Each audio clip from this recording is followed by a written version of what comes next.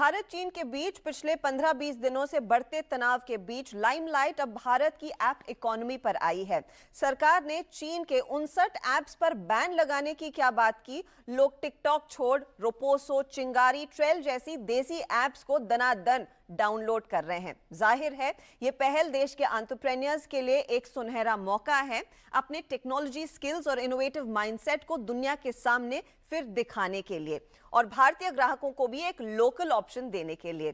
नमस्कार, आप देख रहे हैं आवाज एंटरप्रेन्योर। मैं हूं हर्षिता सावंत और आज इसी पर चर्चा करने के लिए हमारे साथ हैं इनमोबी के फाउंडर नवीन तिवारी, इंडिया कोशेंट के फाउंडिंग पार्टनर आनंद लूनिया और व्लॉगिंग ऐप ट्रेल के को फाउंडर और सीईओ पुलकित अग्रवाल। आप सभी का स्वागत है सीएनबीसी आवाज पर। नवीन, मैं आपसे चर्चा की शुरुआत करना चाहूंगी क्योंकि ऑफ कोर्स आप ने रोपोसो को हाल ही में अक्वायर किया और उसके बाद ये जो एंटी चाइना का पूरा मूड बना है देश में, हम देख रहे हैं एक के बाद एक ज्यादातर लोग इन ऐप्स में शिफ्ट करते हुए दिखाई दे रहे हैं। तो क्या ये डिजिटल इंडिया और स्पेशली भारत की ऐप इकोनॉमी का सबसे बड़ा आत्मनिर्भर मोमेंट है? अगर आप इस पूरे चीज को एनालाइज करेंगे ना, तो आप दो चीजें देखेंगे। पहला कि मेरे ख्याल से इंडिया का जो डिजिटल एनवायरनमेंट है वो एक अडल्ट बन गया, और ये जो पूरा हुआ है बैन हुआ एप्स बैन हुए वगैरह, ये एक साइन है of a mature digital economy. क्यों मैच्योर है? क्योंकि हमने इम्पोर्टेंस जानी डिजिटल की अपने देश में, हमने इम्पोर्टेंस जानी उसको किस तरह से उसके साथ काम किया जाए। डेटा की सिक्योरिटी, डेटा की प्राइवेसी की एक बात हुई। दूसरी, जब आप उसमें कंटेंट दिखाते हैं, कैसा भी कंटेंट दिखाते हैं, तो आपको अपने देश की मर्यादा और संस्कृति को ध्यान में रखते हुए करना पड़ता है। हमारी ये इंडस्ट्री जो कि पिछले 10 साल में बहुत बड़ी हुई है, वो एक मैच्योर हो गई। दूसरी बात, अब इस बैन की वजह से एक वैक्यूम क्रिएट होता है, और ये जो वैक्यूम क्रिएट होता है, इस वैक्यूम से हमारे काफी मतलब दुनिया में काफी सारे ऐप्स आ सकते हैं और बड़े हो सकते हैं, और उसका बहुत बड़ा योगदान हमारे खुद के एंटरप्रेन्योर्स ले सकते हैं। मैं पुलकित आपकी राय लेना चाहूंगी। ट्रेल ने कितना फायदा उठाया है जब से अनाउंस किया गया कि चाइना के 59 ऐप्स को भारत में बैन किया जाएगा? आपकी यूजर बेस कितनी बड़ी है, कितने डेली एक्टिव यूजर्स हो चुके हैं? क्या डेटा आप सबसे पहले शेयर करेंगे? श्योर। सो हमें काफी फायदा हुआ है आफ्टर ये जो मूवमेंट चालू हुआ है दैट स्वदेशी एप्स अडॉप्ट करिए और वहां पे कंटेंट बनाइए और कंटेंट कंज्यूम करिए, राइट? सो जैसा आपने देखा, Trail is a blogging app जहाँ पे लोग आके अपने लाइफस्टाइल, पैशन और इंटरेस्ट के अराउंड कंटेंट बनाते हैं। इन लास्ट 48 आवर्स हमने we have seen more than 1.5 million downloads kind of coming in a single day, which is approximately 800% जो हमारा रेगुलर रहता है उससे काफ़ी ज़्यादा इंक्रीज हुआ है। And essentially when it comes to the content creators economy, हमने देखा कि 1 लाख से ज़्यादा कंटेंट क्रिएटर्स जो कि ये चाइनीज़ ऐप्स यूज़ करते थे, they have migrated to Trail. आज वो ट्रेल यूज़ कर रहे हैं अपनी लाइफस्टाइल के बारे में ब्लॉग करने के लिए, लोगों से ओपिनियन शेयर करने के लिए, कंटेंट शेयर करने के लिए। And I think it's a wonderful opportunity सारे इंडियन स्टार्टअप्स या फिर सोशल स्टार्टअप्स के लिए to capitalize on this opportunity and really build a self-sustaining and meaningful business इस time की frame में। आनंद, ब्रिंगिंग यू इन, ये बताइए इस मोमेंट को आप कैसे एनालाइज कर रहे हैं? क्या ये मौका है कुछ नया करने का, या फिर बस चाइनीज कंपटीशन को भारत में इमिटेट करके कुछ सामने रखने का? हर्षिता, ये मौका है कुछ नया करने का। अगर आप देखें तो इंडिया में टेक्नोलॉजी कैपेबिलिटी, जिसको हम लोग बोलते हैं कि क्षमता, हमारे में नहीं है। अगर यूएस में देखें तो सारे अच्छे engineer, artificial intelligence, machine learning, ये सारी जो टेक्नोलॉजीज हैं, ये सारी टेक्नोलॉजी शुरू कहाँ से हुई? ये शुरू हुई फेसबुक से, गूगल से, तो social media apps. Social media app खाली ये वीडियो में नाच गाना वो वैसा नहीं है। काफ़ी मुश्किल तकनीकी काम होता है। मैंने देखा रोपोसो में, शेयरचैट में, टिकटॉक में, क्लिप में, काफ़ी सारे ऐप्स हैं हमारे। इनफैक्ट कुछ कंपनियां ऐसी थी जिनमें हम लोगों ने इन्वेस्ट किया, लेकिन कंपनियां तकनीकी रूप से सक्षम नहीं थी। पैसे की बात नहीं थी, टेक्निकल कैपेबिलिटी नहीं थी। तो अगर इंडिया में सोशल मीडिया ऐप्स खुद के होते हैं तो हमारे अंदर ये जो डिजिटल कैपेबिलिटी बनेगी, सोशल मीडिया टेक्नोलॉजी से काफ़ी सारी गेमिंग, मैपिंग, ये सारी कंपनियां निकलेंगी। और अगर आप देखें कि भारत को अगर आत्मनिर्भर बनाना है, तो एक मैं आपको बताता हूँ हर्षदा, जो तकलीफ हुई थी जीएसटी के अंदर कि का नेटवर्क जो था अच्छे से चल नहीं रहा था, जी। है ना? और काफी तकलीफें आ रही थी, मतलब टैक्स रेट की प्रॉब्लम तो थी ही, पर उसके अलावा तकलीफ केवल नेटवर्क अप नहीं रहता है, छोटे जो व्यापारी हैं उनको तकलीफ हो रही है अपना टैक्स अपलोड करने के अंदर। तो ये जो टेक्नोलॉजी की कैपेबिलिटी की प्रॉब्लम है, अगर देश को पूरा डिजिटल बनना है तो टेक्नोलॉजी कैपेबिलिटी हमको बहुत अच्छी तरह की चाहिए। यूपीआई एक product है जो काफी सक्सेसफुल हुआ, पर ऐसे अगर हमको काफी सारे सुधार लाने हैं देश में, टेक्नोलॉजी कैपेबिलिटी तभी बनेगी जब लोकल कंपनियां काफी बड़ी हो जाए। राइट। मैं इस पर एक पॉइंट नवीन आपसे पूछना चाहूंगी। आपने कहा हमारे में क्षमता है कि हम 4th लार्जेस्ट टेक इकोसिस्टम बन सकते हैं या फिर बन रहे हैं, लेकिन ये बताइए, व्हाई वर वी वेटिंग कि चाइना पर एक बैन लगे? ये अब तक हम क्यों नहीं कर पाए हैं, और यहां से करने के लिए फिर किस बात पर जोर देना होगा? नहीं, बिल्कुल देखिए, ऐसा नहीं है कि हम नहीं कर पाए। देखिए, यहाँ पे 2 तरीके के इन्वेस्टमेंट्स हुए हैं इंडिया में आज तक डिजिटल इकोसिस्टम में। एक है ऑनलाइन टू ऑफलाइन इन्वेस्टमेंट्स। देखिए, ऑनलाइन टू ऑफलाइन इन्वेस्टमेंट्स जो होते हैं उसमें आपको supply chain, on ground physical entities का इस्तेमाल करना पड़ता है। तो उसकी वजह से हमारे देश में ज्यादातर इन्वेस्टमेंट उस कैटेगरी में होने देता है, और उसमें आपको ऑन ग्राउंड होना पड़ता है। इसलिए आप देखिएगा कि बहुत सारे ग्लोबल इन्वेस्टर्स आए और उन्होंने इन्वेस्ट किया, लोकल कंपनीज ने क्रिएशन किया, बहुत बढ़िया था। अब एक दूसरा कैटेगरी होता है जिसमें प्योरली डिजिटल कंपनीज होती हैं, जैसे कि टेंसेंट हुई ग्लोबली, बाइडू हुई, फेसबुक हुई, गूगल हुई, ट्विटर, स्नैपचैट, ये प्योरली डिजिटल कंपनीज है। ये इस कैटेगरी में हमारे यहाँ इन्वेस्टमेंट्स नहीं थे अभी तक, बिकॉज ग्लोबली अगर कोई सर्विस है तो वो इंडिया आ सकती थी और उसमें कोई रोक टोक नहीं थी, और जो कि बहुत बढ़िया बात है, बिकॉज हमारे कंज्यूमर्स ने बहुत बढ़िया तरह से अच्छा हाई क्वालिटी कंटेंट कंज्यूम किया है। आज एक छोटा सा, आपको क्या बोलना चाहिए, एक छोटी सी ओपनिंग है आपके लिए, बिकॉज ऑफ जो हुआ है। उस ओपनिंग को हम आज इस्तेमाल करके बड़े बन सकते हैं। आज से पहले इस काम में दिक्कत इसलिए आती थी बिकॉज आप जो बाहर की कंपनियां थी वो अपने यूजर बेस को, जो कि अगर चाइना में था या यूएस में था या कहीं पे भी था, उसके मोनेटाइजेशन को लेके यहाँ पे सब्सिडी कर देते थे। और अगर एक होम ग्रोन कंपनी है उसके पास ये सब्सिडी नहीं होती थी। This is a classical case of cross subsidisation, which is a very good business strategy. मैं ये मानता हूँ ये बहुत ही बढ़िया बिजनेस स्ट्रेटेजी है, उसमें कोई दिक्कत नहीं है और मैं उसके अगेंस्ट भी नहीं हूँ। पर क्योंकि ओपनिंग आई है तो as Indian entrepreneurs everyone should go for it. Okay, लेकिन अब सवाल पुलकित ये खड़ा होता है कि आप how will you go beyond being the India's alternate to TikTok, या फिर जो दूसरे ऐप्स अब तक चीन की तरफ से भारत में आए, जिसका काफी तहे दिल से लोगों ने प्रशंसा की, बड़े बड़े डाउनलोड्स हुए। इनफैक्ट टिकटॉक की बात करें तो भारत उनके लिए सबसे दूसरा बड़ा मार्केट माना जाता है। आप अब अपनी कंपनी को किस तरह से स्केल करेंगे, ये जानना जरूरी है। आप एडिशनल क्या देंगे भारतीय कंज्यूमर को? सो सबसे पहले ये जानना जरूरी है कि हम लोग टिकटॉक के ऑल्टरनेट है, बट हम टिकटॉक जैसा ऐप नहीं है। Trail is a very different app, जहाँ पे लोग अपने पैशन और इंटरेस्ट के अराउंड कहानियां शेयर करते हैं, स्टोरी टेलिंग करते हैं, कंटेंट शेयर करते हैं, जो कि हिस्टोरिकली लोग शेयर करते थे पहले ब्लॉग्स के अंदर, टेक्सचुअल ब्लॉग्स के अंदर, जहाँ पे वो categories like beauty, fashion, movies, TV reviews, gadget, इन सब की बातें करते हैं, जो कि बहुत अलग है, जो कि टिकटॉक पे एसेंशियली कंटेंट क्रिएट करा जाता था।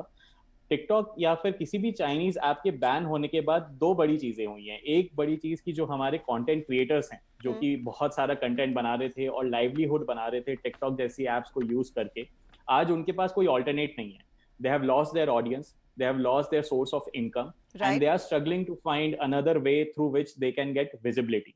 तो हमने उनको बोला है कि आप ट्रेल पे आएं और ट्रेल पे को यूज करें और यहाँ पर एसेंशियली आप विजिबिलिटी गेन करने की कोशिश करें। हमारी टीम पूरी कोशिश करेगी और हेल्प करेगी आपकी to set up your entire journey on Trail, and ये आपका एक ऑल्टरनेट सोर्स ऑफ इनकम बन सकता है लॉन्ग टर्म में जाके। तो that is the first thing that we are ensuring to make sure कि हमारे यहाँ पे जो भी कंटेंट क्रिएटर्स आ रहे हैं उनके लिए लॉन्ग टर्म में वैल्यू डिराइव हो। अगर अपन दूसरे तौर पे बात करें कंज्यूमर्स की, जो कि बहुत सारा डिफरेंशिएटेड और अलग अलग तरीके का कंटेंट देखते हैं अलग अलग प्लेटफॉर्म्स पे, तो उनके पास एंटरटेनमेंट कंटेंट कंज्यूम करने के बहुत सारे मीडियम्स ऑलरेडी थे। जब टिकटॉक नहीं था या चाइनीज ऐप नहीं थी तब भी वो कंज्यूम करते थे। आज वो वापस से बैन हो गए, पास बहुत सारे मीडियम्स होंगे जहां पे वो कंज्यूम करेंगे। तो इम्पॉर्टेंट पार्ट ये है कि आज अगर उस कंटेंट जो कि टिकटॉक पे शेयर होता था वो वॉइड आ चुका है, वहां पे वो कंटेंट अब एग्जिस्ट नहीं करता बिकॉज लोग वहां जाके नहीं देख सकते। ये सारा कंटेंट जो है various Indian apps, not only trail, वहां पे माइग्रेट हो रहा है। ये कंटेंट क्रिएटर्स वहां पे जाके इस तरीके का कंटेंट बना रहे हैं और एंड तौर पे सबसे बढ़िया प्लेयर वो निकल के आएगा जो कि कंज्यूमर्स के लिए एक बहुत डिफरेंशिएटेड वैल्यू बनाएगा, जो कि एक सिर्फ कॉपी नहीं होगा टिकटॉक का। तो आपको यूनिक होना है, यूनिक और अलग, नॉट ओनली चाइनीज ऐप से बल्कि आपकी कम्युनिटी में जो दूसरी ऐप्स हैं उससे भी आपको कुछ अलग करके सामने रखना होगा ताकि ज्यादा से ज्यादा ग्राहक आपके साथ आए और वो यूजेज बढ़े। इस मोड पर लेंगे एक छोटा सा ब्रेक, अब बने रहिए सीएनबीसी आवाज के साथ।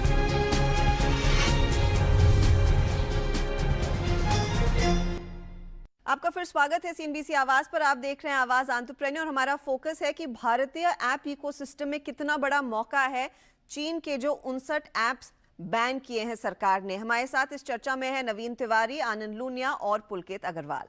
आनंद, इस पर मैं आपकी राय लेना चाहूंगी। देखिए, अब हर कंपनी कुछ अलग करना चाहेगी, लेकिन इस समय जो सेंटिमेंट है वो एंटी चाइना सेंटिमेंट है। इस समय बड़े पैमाने पर लोग क्योंकि टिकटॉक पर नहीं जा सकते, वीडियो पोस्ट नहीं कर सकते, वो इन भारतीय ऐप्स पर आएंगे, लेकिन वो कितना काफी होगा यहाँ से आगे और नंबर्स बढ़ाने के लिए और डेली एक्टिव यूजर्स की संख्या को भी एक्टिव रखने के लिए या फिर बढ़ाने के लिए और क्या एडिशनल करना होगा अदर देन द फैक्ट कि सेंटिमेंट एंटी चाइना है? बहुत अच्छा सवाल है अर्शिदा। अगर इतना ही आसान होता कि कुछ थोड़ा बहुत आप नया कर दें तो उतने से ही बहुत सारे यूजर आ जाएंगे, तो ऐसे नहीं हो रहा है। सोशल मीडिया एक ऐसी चीज है जहाँ पे एक क्रिटिकल मास होता है। आप फेसबुक पे क्यों जाते हैं? क्योंकि आपके सारे दोस्त वहीं पे हैं। इंस्टाग्राम पे क्यों जाते हैं? जो जिन सेलिब्रिटीज को आप पसंद करते हैं सारे लोग वहीं पे हैं। तो ये क्रिटिकल मास जो है वो बहुत जरूरी है। अगर आप मान लीजिए कि किसी उत्तर प्रदेश में किसी गांव से हैं अगर, तो आपके गांव से कोई भी नहीं है नेटवर्क पे, तो ठीक है आप आएंगे, वीडियो देखेंगे और चले जाएंगे, है ना। तो जो आप कह रहे हैं कि लोग टिकेंगे नहीं वीडियो के ऊपर, तो एक क्रिटिकल मास होना जरूरी है सोशल नेटवर्क के लिए। इसीलिए मैं ये नहीं मानता कि टिकटॉक के बदले में 20 ऐप आएंगे या 50 ऐप आएंगे, ऐसा नहीं होगा। शायद 2, 3, 4 ऐप आएंगे जो बड़े होंगे और वही टिकेंगे। कैपिटल भी वैसे ही आता है। अगर आपका सबसे बड़ा साइज नहीं है तो आप लंबे नहीं टिकेंगे। दूसरी क्रिटिकल चीज ये है हर्षदा कि जो मैं पहले बता रहा था आपको, आर्टिफिशियल इंटेलिजेंस और मशीन लर्निंग की कैपेबिलिटी, जो प्रोसेसिंग पावर की कैपेबिलिटी जो है, वो कैपेबिलिटी बहुत महंगी है और बहुत कम है। इंडिया में अच्छी टेक्निक जानने वाले लोग बहुत कम हैं जी। तो शायद कैपिटल से वो भी सॉल्व होगा। कैपिटल से आप लोग ला सकते हैं। काफी कंपनियां हैं जिनमें हम लोग काम करते हैं, वहाँ पे लोग बाहर से आए हैं, सिलिकॉन वैली से आए हैं, कुछ लोग चाइना से भी आए हैं, जो एम्प्लॉई हैं जो वहाँ बाइटडांस में या फेसबुक में या गूगल में काम कर चुके हैं। तो ये कैपेबिलिटी चाहिए होगी आपको और साइज चाहिए होगा, वो ज़्यादा जरूरी है। ऑफ कोर्स यूनिक होना चाहिए, लेकिन आप अगर देखें तो बाइटडांस और हेलो जो ऐप है उनके, टिकटॉक और हेलो और कई ऐप हैं, वो एकदम अलग नहीं है, पर वो बड़े हैं और वो बहुत ज़्यादा जरूरी है जी। नवीन, फिर बड़ा कैसे बना जाए? और ऑफ कोर्स रोपोसोप के लिए एडवांटेज ये है कि इनमोबी की बैकिंग है और आपने अपने एक्सपीरियंस में टेक्नोलॉजी का जो एक्सपीरियंस है आप वो रोपोसो की टीम के साथ शेयर कर रहे हैं, वो ग्लांस में भी दिख रहा है इस समय। तो बाकी जो आपके पियर्स हैं या फिर इंडियन कंपटीशन है, उनको बड़ा होने के लिए अब क्या चलेगा? देखिए, मेरे ख्याल से पहली चीज बहुत इंपॉर्टेंट है वो है प्रोडक्ट की एक्सपीरियंस। और प्रोडक्ट एक्सपीरियंस को ठीक करना बहुत जरूरी होता है, अच्छा होना बहुत जरूरी होता है। सो आई थिंक पहला हर कंपनी को they have to create a better user experience, कि आप देश को इस समय जो चाहिए वो एक रिस्पॉन्सिबल एंटरटेनमेंट चाहिए। तो हम एक रिस्पॉन्सिबल एंटरटेनमेंट की बात कर सकते हैं और हम बता सकते हैं कि ये जो पूरा रिस्पॉन्सिबल एंटरटेनमेंट है ये हमारी संस्कृति और हमारे देश से जुड़ा हुआ है।